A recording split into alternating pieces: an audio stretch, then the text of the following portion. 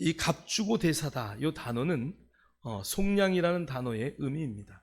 우리가 속량이라는 이야기를 많이 듣습니다. 근데 이 속량이라는 단어는 그냥 얻어지는 것이 아니라 누군가가 값을 주고 샀다라는 그런 로마 시대의 단어를 오늘 성경이 사용하고 있는 것입니다. 자, 그래서 예수 그리스도께서 율법의 저주에서 우리를 속량하셨습니다. 율법의 저주란 무엇입니까? 이것을 알 수 있는 유일한 방법은 우리가 율법으로 돌아가서 보는 것입니다. 신약 성경에 율법이라는 표현은 시브리어로 토라를 말하고 있습니다. 즉 토라라는 말은 모세 오경을 말하고 있습니다. 모세 오경은 창세기, 출애굽기, 레위기, 민수기, 신명기 이 5권의 책을 말합니다. 그래서 우리가 율법의 저주가 무엇이냐, 속량이 무엇이냐를 알려면 이 5권의 책으로 돌아가서 저주라고 말했을 때 우리에게 임하는 것이 무엇인지, 그 다음에 축복이라고 말할 때 우리에게 임하는 그 복이 무엇인지를 우리가 성경을 통해서 자세히 볼 필요가 있습니다. 즉 율법으로 돌아가 보면 법을 어겼을 때에 그것을 성경은 저주라고 합니다. 그러면 우리가 속량, 값을 주고 대사기 전에 모든 인류가 율법 아래 있는데 그 율법을 지킬 수가 없다는 것을 오늘 모든 사람이 다 인정하고 있습니다. 우리가 법을 지키면서 산다고 하지만 우리는 모든 법을 지킬 수가 없습니다. 그 어느 누구도. 그래서 모든 사람이 죄를 범하였음에 하나님의 영광에 이르지 못하더니라고 성경은 우리에게 말씀하고 있는 것이죠. 자, 그러면 만약에 10개 가운데 하나를 지키지 못했어도 이 사람은 율법을 지키지 못했기 때문에 저주 가운데 처할 수밖에 없다는 것이죠. 자, 그렇다면 이 성경이, 모세 오경이 그 저주 가운데 율법을 지키지 못하는 가운데 있었을 때에 우리의 상황을 볼 수 있다면 예수 그리스도께서 십자가에 못 박혀 죽으심으로 우리에게 그 모든 것을 속량하신 은혜가 얼마나 큰지를 우리가 성경을 통해서 발견할 수 있다는 것이죠. 그 형벌의 첫 번째는 가난에서 해방했다는 것입니다. 할렐루야. 그래서 성경은 모든 자들이 그리스도 안에서 부유하다고 말씀하고 있습니다. 예수님이 우리를 부욕케 하기 위해서 십자가에 죽으셨다고 말씀하고 있습니다. 그래서 그분이 왜 가난한 삶을 살았느냐? 우리를 부욕케 하기 위해서라고 성경은 말씀하고 있기 때문이에요. 자, 두 번째는 그 어려운 율법을 지키지 못했기 때문에 올 수 있는 것이 성경은 질병이다라고 말하고 있어요. 그래서 모든 병은 거의 근원이 하나님의 법을 지키지 않는, 하나님의 방법대로 살지 않는 인간들이 그 질병을 갖고 올 수밖에 없다라고 성경은 말씀하고 있어요. 그 다음에 마지막에 가장 중요한 것은 우리가 율법을 지키지 않음으로 영적 죽음이었다라는 것을 성경은 말씀하고 있습니다. 자, 오늘 갈라디아서 3장 13절로 14절 우리 다 같이 한 목소리로 한번 다시 읽도록 하겠습니다. 시작. 그리스도께서 우리를 위하여 저주를 받은 바 되사 율법의 저주에서 우리를 속량하셨으니 기록된 바 나무에 달린 자마다 저주 아래에 있는 자라 하였습니다. 이는 그리스도 예수 안에서 아브라함의 복이 이방인에게 미치게 하고 또 우리로 하여금 믿음으로 말미암아 성령의 약속을 받게 하려 함이라. 그래서 그리스도께서 우리를 위하여 저주를 받은 바 되사 율법의 저주에서 우리를 어떻게 하셨다고요? 속량하셨다. 오늘 이 말은 모든 값을 당신 몸으로 다 치르고 우리를 되샀다라는 단어입니다. 자, 그래서 기록된 바 나무에 달린 자마다 저주 아래 있는 자라 하였습니다. 이는 그리스도 예수 안에서 아브라함에게 베푼 모든 복이 이방인에게 미치게 하고 또 우리에게 믿음으로 말미암아 성령을 받게 하려 합니다. 여러분, 아브라함의 받은 복이 얼마나 큰지요. 아브라함은 가는 곳마다 우물을 팠어요. 여러분, 그 당시에 우물은 그들의 뭐가 달려 있습니까? 육신의 생명이 달려 있는 것이야. 우물을 발견하지 못하면 저 강가로 가서 살 수밖에 없어요. 그런데 목축업을 하는 자들은 강가에서 살 수가 없죠. 어디로 가요? 풀이 많은 산야로 가야 됩니다. 그곳에서 한 달씩, 두 달씩, 세 달씩 머물러야 됩니다. 그런데 우물을 발견하지 못하면 그들은 어려움을 당하게 됩니다. 그래서 가는 곳마다 우물을 파는데 아브라함은 파는 곳마다 우물이 나왔어요. 많은 사람들은 우물을 파기 위해서 10번, 20번은 팝니다. 지금은 기술이 좋아서 수맥을 탐지하고 기계가 와서 구멍을 뻥 뚫으면은 물이 딱 나와요. 지금은 돈을 주고 그 물을 얻는 것이죠. 근데 가는 곳마다 구멍을 수맥 탐지기에서 뚫으면 얼마나 좋겠어요. 근데 그 당시는 그게 없기 때문에 뭘로? 손으로. 또 그들이 어떠한 도구를 이용해서 우물을 팝니다. 우물을 파는데 하루아침에 파는 게 아니에요. 그렇게 우물을 파서 물이 없으면, 물이 안 나오면, 샘이 흐르지 않으면 다 덮는 거예요. 그리고 또 파야 됩니다. 그러니까 우물을 만나는 것은 쉽지가 않아요. 그런데 아브라함은 가는 곳마다 우물을 파요. 아브라함의 아들 이삭은 아버지가 파놨던 우물을 이방 사람들이 다 메꿔버려요. 시기에서. 그런데 가서 그 아버지가 파놓은 우물을 다시 헤치면서 또 물을 얻어요. 여러분, 성경의 자세한 의미를 보면 어떤 경우에 우물을 덮었다라는 의미는 더 이상 우물로서의 가치를 할 수 없다라는 의미가 있습니다. 왜 덮었겠습니까? 시기에서 덮었기도 했겠지만 물이 조금 나오거나 쓸 수 없는 물에서 덮을 수도 있어요. 그런데 이삭은 가서 아버지가 팠던 그 우물을 파면서 모든 우물을 얻게 되는, 그래서 그것 때문에 거부가 되는 놀라운 은혜의 역사들이 나타납니다.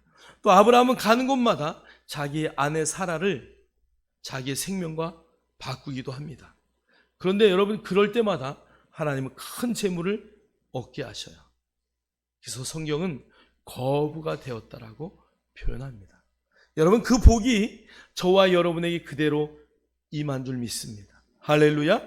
예수 안에 사는 우리에게 그 복이 있다는 것을 여러분 인식하시고, 아브라함이 베푸신 복, 그 다음에 그것 때문에 우리가 갖게 되는 믿음으로 얻는 그 성령의 은혜를 우리가 늘 인식하면서 주님이 십자가의 죽으심으로 우리를 속량했다는, 그 값주고 되샀다는 내용에 대해서 우리가 다시 한번 은혜로 하나님의 말씀을 묵상하고 또 설교를 통해서 볼 수 있기를 주님의 이름으로 축복합니다. 자, 우리 첫 번째는 가난의 저주로부터 값주고 되사다. 자, 우리 한번 신명기 28장 15절로 17절 말씀 우리 다 같이 한 목소리로 읽겠습니다. 시작.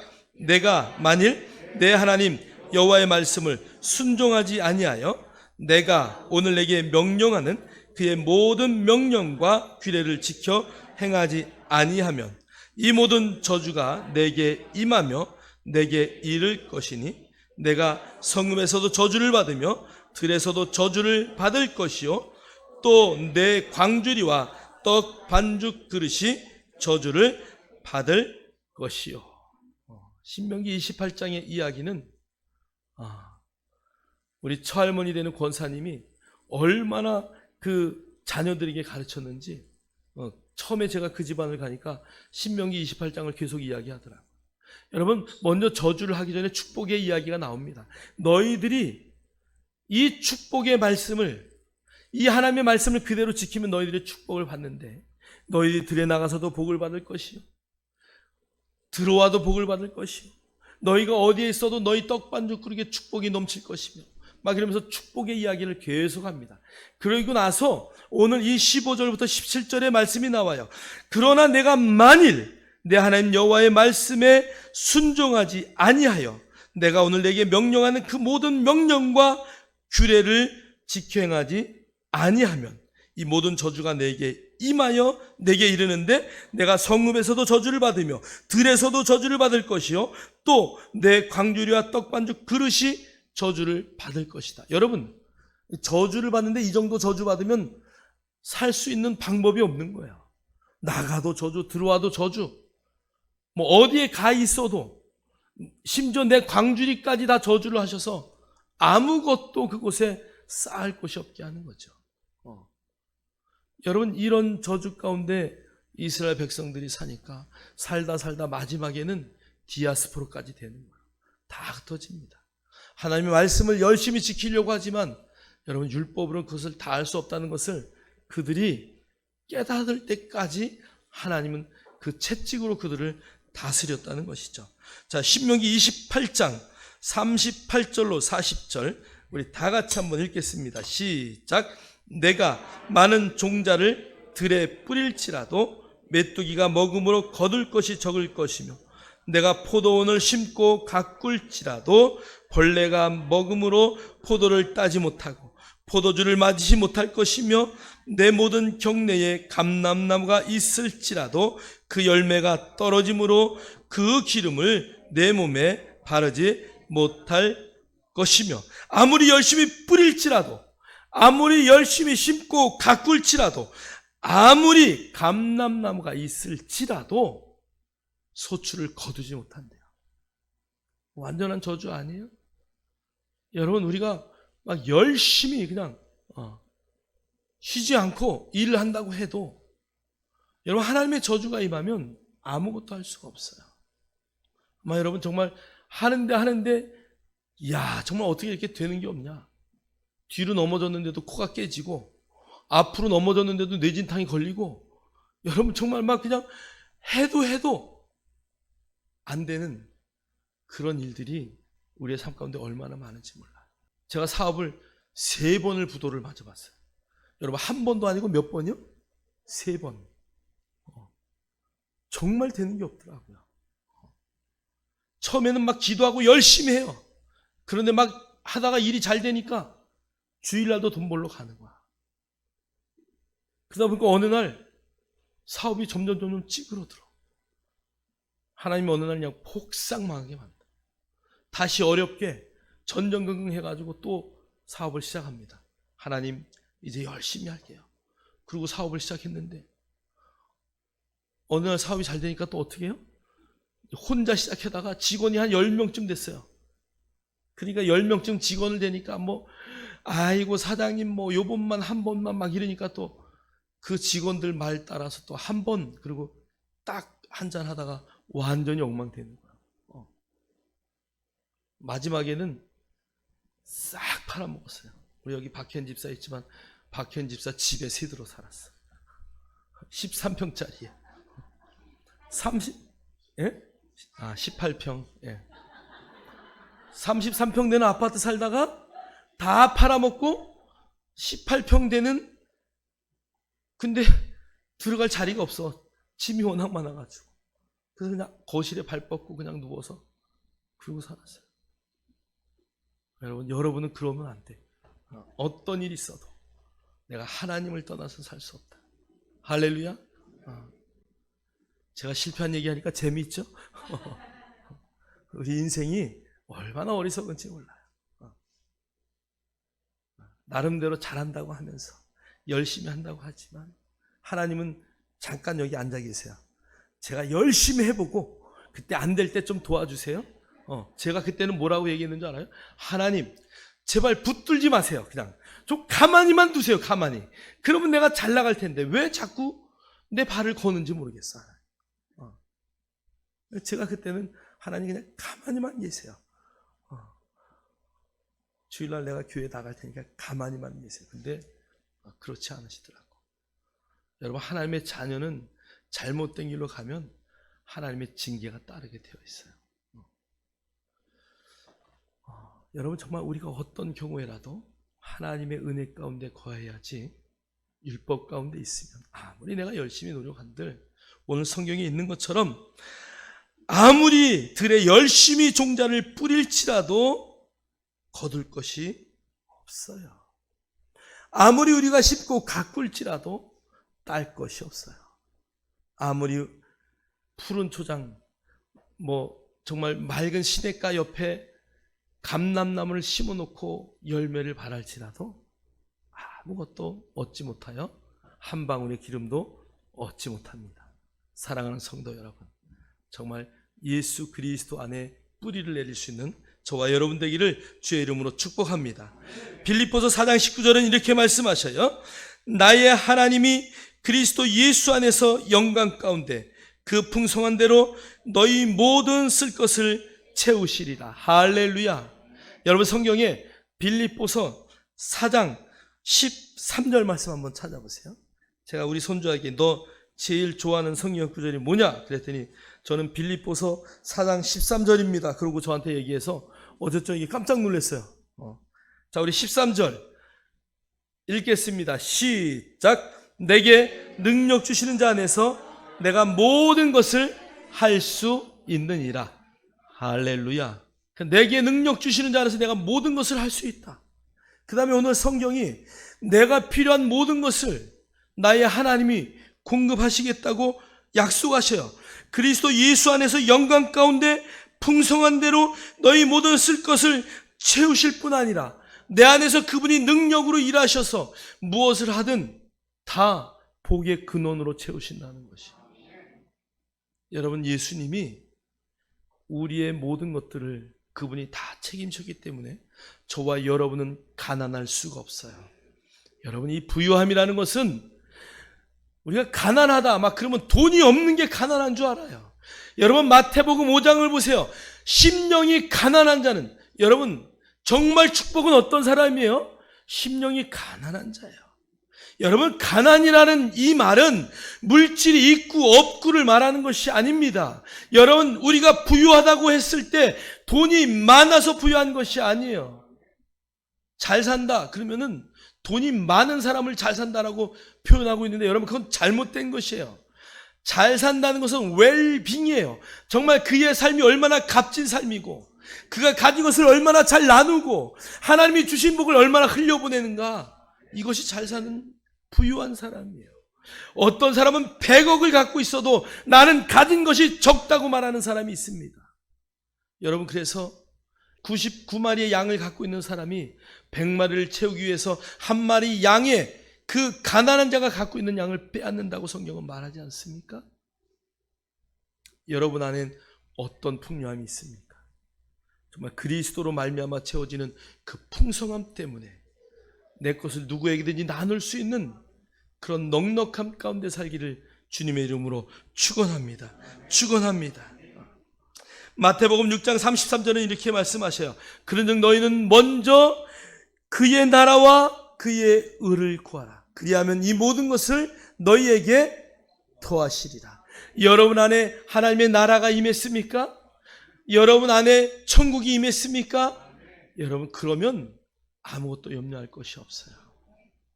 제가 내 안에 은혜가 임하니까 두려울 게 하나도 없더라고요. 은혜가 임하니까 그냥 세상 말 좀 쓸게요. 얼마나 깡다구가 세지는지. 그냥 이 안에 조금 더 세상이 두렵지 않아요. 누가 뭐라고 해도. 여러분, 우리가 은혜 안에 있을 때, 하나님의 능력 안에 있을 때, 먼저 그 나라가 내 안에 있을 때 하나님이 채우심을 늘 경험하게 되는 거예요. 여러분, 세상의 모든 것들이 채워지길 원합니까? 먼저 그 나라와 그 의를 구하십시오. 그러면 그 모든 것이 이루어지는 것이에요. 그게 바로 예수 그리스도 안에 있는 부유함입니다. 성경은 고린도서 8장 9절에 이렇게 말씀하고 있어요. 우리 다 같이 읽겠습니다. 시작. 우리 주 예수 그리스도의 은혜를 너희가 알거니와 부유하신 이로써 너희를 위하여 가난하게 되시면 그의 가난하심으로 말미암아 너희를 부유하게 하려 하심이라. 할렐루야. 주님이 이 땅에 와서 정말 가난한 삶을 살았어요. 그 가난한 삶을 살았다는 것을 성경은 나는 머리 둘 곳이 없다라고 말씀하셔요. 여러분, 주님은 가서 눕는 곳이 자기의 잠자리이십니다. 주님이 거하는 곳이 바로 주님의 나라였습니다. 그분은 가는 곳마다 미리 다 준비된 곳에 가셨어요. 그분은 주머니에 아무것도 없었지만 늘 가는 곳마다 부유함의 삶을 살아냈습니다. 주님이 우리 때문에 당신의 소유를 다 내려놓으셨어요. 그러나 하나님께서 성령 안에서 예수님이 이 땅에 살아가는 동안 세상의 모든 것들을 마음대로 사용하는 가장 놀라운 부유함을 누리셨다는 것이에요. 저와 여러분 안에 예수 그리스도가 계십니까? 예수 그리스도가 우리 안에 계시면 여러분은 그 부유함의 주인공이 되는 거예요. 우리가 성경을 보면 임마누엘이라는 단어가 있습니다. God with us라는 단어죠. 하나님이 우리와 함께 계신다. 그런데 이것은 원래 이사야에 있는 말씀입니다. 처녀가 아들을 낳을 것이다. 그리고 그 아들의 이름을 예수라 하라. 그리고 그 뒤에 그 이름은 임마누엘이다. 두 가지의 이름이 나와요. 자, 그런데 여러분, 이 임마누엘은 하나님이 우리와 함께 하시는 것을 말해요. 그런데 여러분, 원래 신약은 하나님이 우리 안에 함께 있는 거예요. 그래서 내 안에 그 예수 그리스도가 내 안에 있는 거예요. 내 안에 그리스도가 계셔요. 그래서 너희가 내 안에, 내 말이 너희 안에 거하면, 주님이 요한복음 14장에 말씀하시는 거예요.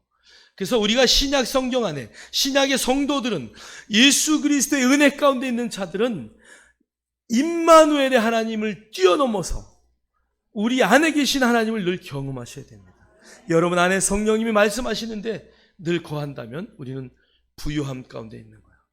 예수님이 우리를 대신하셔서 값주고 사신 것, 첫째 부유함이에요.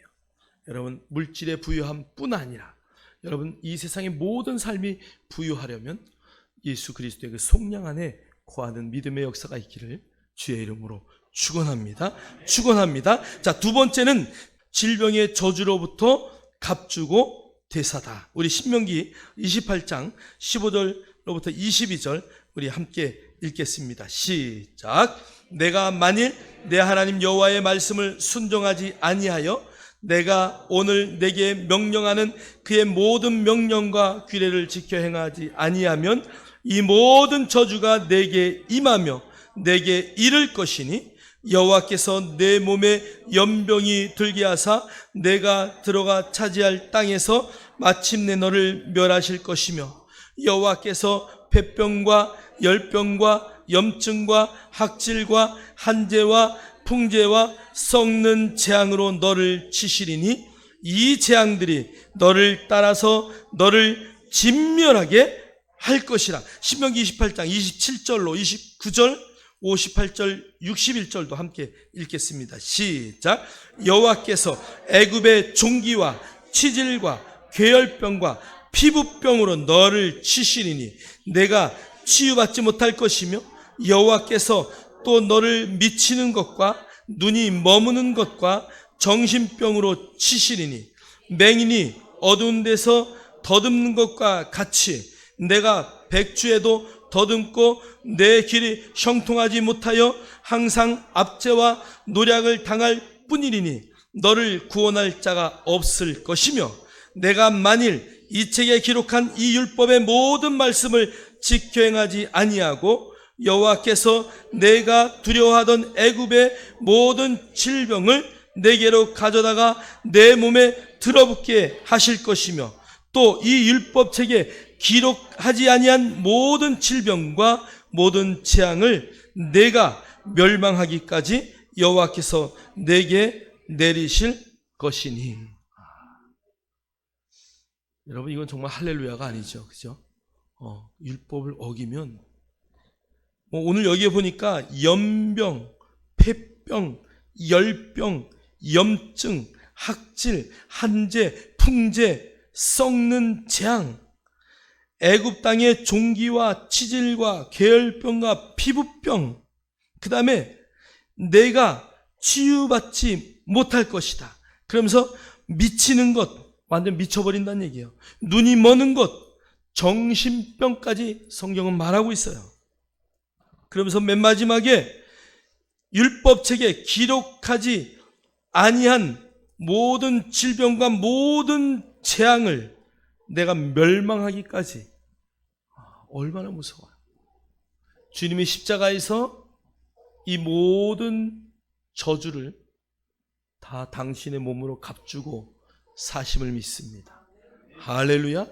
여러분 믿으십니까? 우리가 예수 그리스도를 믿는 순간 이 모든 질병의 저주에서 우리는 해방되었다는 것을 여러분 인식하셔야 돼요. 여러분, 아픈 것이 주님의 뜻입니까? 아니요, 그렇지 않아요.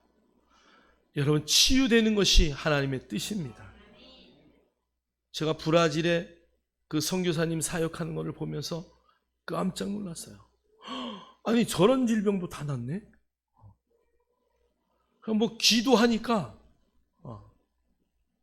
제가 이런 말씀하면 뭐 정말 뭐하지만 한국 사회를 막 떠들썩하게 했던, 막 이빨이 금이빨로 변했대. 나는 우리 안수 집사님 그런 믿음의 역사가 좀 나타났으면 좋겠어요. 할렐루야. 얼마나 이가 아프신지요. 정말 그 고통은 뭐 이 치과에 안 가보신 분은 모를 거야.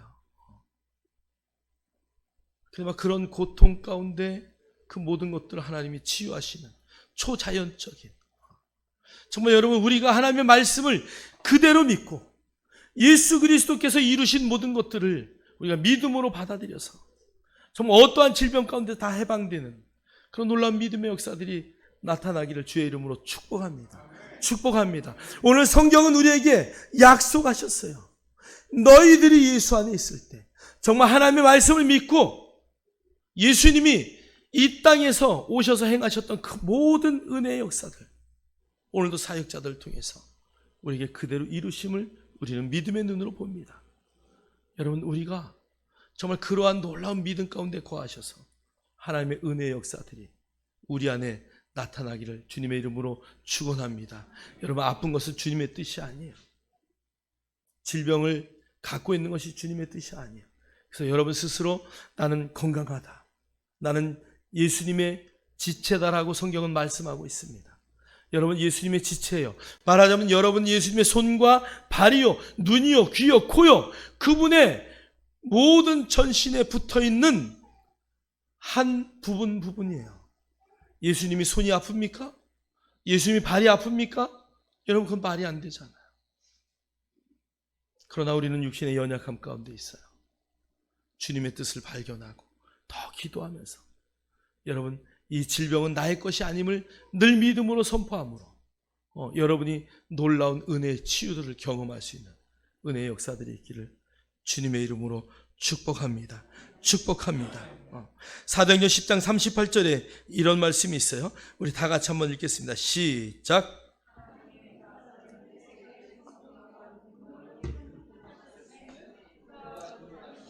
선한 일을 행하시고 마귀에게 눌린 모든 사람을 고치셨으니 이는 하나님이 함께 하셨습니다. 하나님이 나사렛 예수에게 성령과 능력을 기름 붓듯 하셨으며, 그러니까 예수 그리스도 그분은 하나님의 성령이 이 땅에서 함께 임하셔서 일하셨던 분이에요. 그래서 그가 두루 다니시며 선한 일을 행하시고 마귀에게 눌린 모든 사람을 고치셨으니 이는 하나님이 함께 하셨습니다. 여러분, 하나님이 우리와 함께 했다는 증거가 예수님을 통해서 병고침, 우리가 가는 곳마다 마귀가 도망가는 그런 믿음의 역사들이 막 나타난다는 것이에요. 제가 아는 대전에 사는 목사님이 요즘에 이렇게 얘기하던데, 내 요즘에 하루에 7시간씩 기도합니다. 그래요, 하나님이 목사님 크게 쓰실 거야. 7시간 기도한대. 새벽에 일어나가지고 그냥 7시간을 내리 기도하신대. 그때 아니면 할 수가 없으니까. 그런데 7시간을 기도했는데 어느 날은 갔는데 누가 목사님 무서워요 그러고 도망가더래. 그래가지고 오라 그래가지고 기도를 했대요. 예수 이름으로 명하노니 떠나라 그랬더니 안 떠나 그러더래. 그래서 너 언제 들어왔냐 그래가지고 귀신을 내쫓았다고. 그래서 저한테 목사님도 하루에 7시간만 기도해봐. 기도와 말씀에 전무하라고 했는데 정말 저부터 너무 죄송해요. 말씀과 기도에 전무해야 하는데, 여러분 저뿐이 아니라 우리 모두는 사역자입니다. 할렐루야. 여러분의 인생에 말씀과 기도에 전무함으로 정말 하나님이 이 땅에서 놀랍게 여러분을 사용하셔서 여러분이 지나가기만 하면, 여러분 사도 바울이 가기만 하면 귀신들이 놀라서 도망갔다는 거예요. 예수님이 가기만 하면 귀신들이 먼저 예수님을 알아보고 나사렛 예수여, 그러니까 예수님이 잠잠하라, 떠나라, 그리고 그들에게 명령하지 않습니까? 돼지떼 들린, 군대 귀신 들린 자들이 그 귀신이 주님 앞에 왔을 때 귀신들과 대화하면서 다 내쫓는 역사가 난다. 여러분, 여러분의 인생 가운데 정말 그런 놀라운 믿음의 역사가 나타나기를 주의 이름으로 축복합니다. 그것은 이미 여러분 안에 성령님이 와 계시기 때문에 이제 내 생각을 얼마나 성령님 앞에 철저하게 내려놓고 내 혼을 얼마나 하나님의 영에 정확하게 맞추느냐에 따라서 여러분의 놀라운 역사들은 반드시 나타나게 되어 있습니다. 저와 여러분이 그런 은사로, 정말 성령의 은사로 사역하는 믿음의 역사가 있기를 주의 이름으로 축복합니다. 자, 이사야 53장 5절 말씀 우리 다 같이 읽겠습니다. 시작. 그가 찔림은 우리의 허물 때문이요 그가 상함은 우리의 죄악 때문이라. 그가 징계를 받음으로 우리는 평화를 누리고 그가 채찍에 맞음으로 우리는 나음을 받았도다. 할렐루야. 오늘 이 동일한 말씀을 마태복음 8장 17절에 주님도 말씀하셨고 베드로전서 2장 24절에 베드로도 그대로 사용했습니다. 여러분, 가는 곳마다 주님이 왜 채찍에 맞으셨어요? 우리의 질병을 다 해결하시기 위해서. 그분은 채찍에 맞지 않아도 되는 사형수였음에도 불구하고 채찍에 맞음으로 우리의 모든 죄를 다, 우리의 모든 질병을 다 짊어지심을 믿습니다. 할렐루야. 여러분, 그런 믿음의 역사가 저와 여러분의 인생 가운데 나타나기를 주님의 이름으로 축원합니다. 그래서 여러분, 병원에 먼저 뛰어가기 전에 여러분 손을 얹고 기도하시고, 또 의사 앞에 가더라도 믿음으로, 할렐루야, 더 빨리 치유되는 그런 놀라운 역사들이 나타나기를 주의 이름으로 축원합니다. 그래서 두 번째는 질병의 저주로부터 값주고 되샀다라는 것을 여러분 늘 인식하시고, 나는 아플 수 없다, 나는 건강하다. 그래서 여러분의 몸을 향해서, 또 여러분 가운데, 가정 가운데, 또 여러분의 삶의 터전 가운데 육신의 연약함을, 어려움을 당하는 자들 앞에 믿음으로 손을 얹고 기도하는 은혜의 역사들이 있기를 주의 이름으로 축원합니다. 자, 세 번째는 영적인 죽음의 저주로부터 값주고 되사다. 우리 한번 시브리서 9장 15절 말씀. 이로 말미암아 그는 누구예요? 예수 그리스도는 새 언약의 중보자시니 이는 첫 언약 때 범죄한 죄에서 속량하려고 주구사 부르심을 입은 자로 하여금 영원한 기업의 약속을 얻게 하려 하심이라. 여러분, 첫 언약은 바로 어디에서 있었던 일입니까? 에덴 동산에서 있었던 일이죠.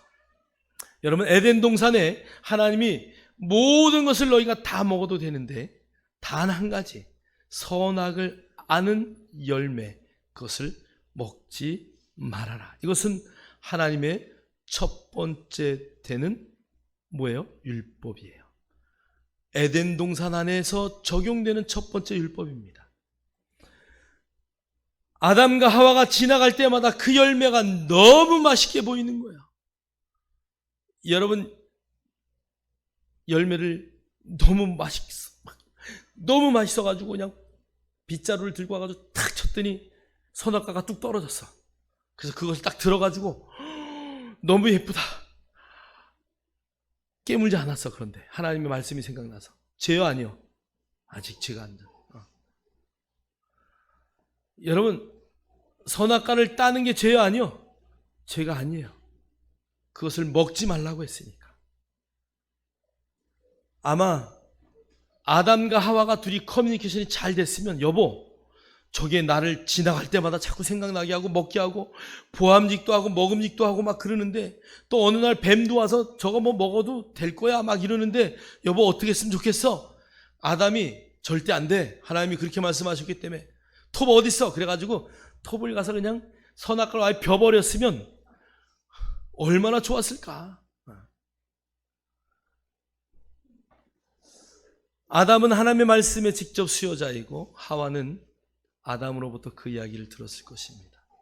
정확하게 하나님의 말씀을 파악하지 못한 하와가 먼저 따먹고 그것을 또 아담에게 주니까 아담은 여보 당신도 먹었는데 아이 모르겠다 나도 먹고 어떻게 같이 한번 하지 뭐. 사실은 그 안에 가장 놀라운 말씀은 하나님 같이 되려고 하는 마음이 있었다는 것이. 아담과 하와가 선악과를 먹고 뱀의 꾀임에 하나님 같이 되려고 범죄를 저질렀어요. 근데 청세기 말씀에 보면 너희가 그것을 먹는 날에는 정령 죽으리라. 아담과 하와가 죽었습니까? 안 죽었습니까? 육신은 안 죽었어요. 그들은 육신이 죽을 줄 알았어요. 뭐가 죽었어요? 영이 죽었어요. 어떤 영이 죽었어요? 하나님의 영이 그들 안에 있어서 에덴 동산에서 영원히 살아야 하는데 그들의 영이 죽음으로 그들은 육신의 죽음도 맞이해야 되는 그런 놀라운 영원히 살아야 되는데 영원히 죽을 수밖에 없는 상황이 되었다는 것이죠. 여러분 그것을 오늘 예수님이 십자가에서 뱀의 머리를 밟으심으로 할렐루야 그 놀라운 역사를 이루신 줄 믿습니다. 그래서 저와 여러분의 그 하나님의 잃어버렸던 양, 하나님의 잃어버렸던 그 영이 오늘 예수를 믿는 순간 우리 안에 들어오십니다. 그게 바로 성령님이에요. 그래서 성령과 연합하여 하나 되는, 그래서 영원한 생명을 누리는 믿음의 역사가 나타나는 것입니다. 예수님이 죽으시는 것은 우리를 위해서 죽으셨습니다. 예수님이 이제 부활을 하셔서 하늘나라로 올라가시면서 이런 말씀하셔요. 내가 가는 것이 너에게 유익이다. 내가 가면서 누구를 보내주신다?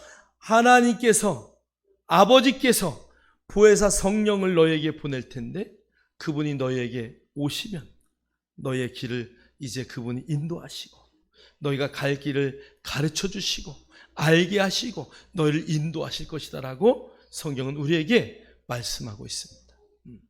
그래서 우리가 성령 안에 있을 때 그 생명의 길을 알게 되고 그 길로 갈 수밖에 없는 것이죠. 여러분, 그래서 이 속량은 놀라운 은혜입니다. 예수 그리스도의 그 값주고 대사는 역사 때문에 저와 여러분이 영원히 사는, 영 죽을 사람들이 영원히 사는 믿음의 놀라운 길 가운데 있다는 것을 여러분들 인식하시고 내가 어떤 존재인지를 믿음으로 회복하는 역사들 있기를 주의 이름으로 축복합니다. 자, 우리 데살로니가전서 5장 23절 함께 읽겠습니다. 시작. 평강의 하나님이 친히 너희를 온전히 거룩하게 하시고 또 너희의 온 영과 몸과 혼이 우리 주 예수 그리스도께서 강림하실 때 흠없게 보존되기를 원하노라. 그래서 오늘 예수님이 다시 땅에 오실 때 우리의 영만이 아니라 여러분의 영과 혼과 육이 온전히 유지될 수 있어야 된다는 것을 여러분 절대 잊지 마시고, 여러분 성령님이 여러분의 영과 하나가 되었기 때문에 여러분 우리의 혼이 이제 그 영을 자꾸 닮아가는 거예요. 우리의 혼이 계속 하나님의 말씀을 고백함으로 영과 일치되게 맞춰만 지면 우리의 몸은 어떻게 해요? 그냥 무조건 따라오게 되어 있어요. 우리의 몸은 여러분의 마음이 가는 곳에, 여러분의 생각이 머무는 곳에 항상 따라가게 되어 있다는 것을 여러분 명심하시고 여러분이 그 가운데 거하는 믿음의 역사가 있기를 주의 이름으로 축원합니다. 축원합니다. 여러분 그 위에 제가 속량이란 단어를 주석을 원어를 찾아놓은 거 한번 읽겠어요. 이 속량이란 단어는 엑사고라조라는 단어인데 사다 구속하다라는 단어입니다. 자, 이 단어 여기서부터 읽겠어요. 시작. 이 단어는 노예들을 속전을 주고 구해내는 것에 적용된 말이었습니다. 여러분 로마 시대에 이 엑사고라조라는 이 헬라어가 오늘 성경에 들어와서 사용되는 의미는, 오늘 이 속량이라는 단어는 노예들을, 돈을, 주인이 노예들에게 돈을 주고 노예에서 완전히 해방시켜주는 것, 아니면 노예가 어느 집에 팔려갔다 할지라도 돈을 주고 그 노예를 사서 노예를 해방시켜 주는 것, 이게 바로 오늘 속량이라는 단어에 쓰였다는 것이에요. 마귀의 모든 것을 다 사하시고 마귀에게 자기의 몸을 다 내어주셔서 예수님이 저와 여러분을 샀다는 것이에요.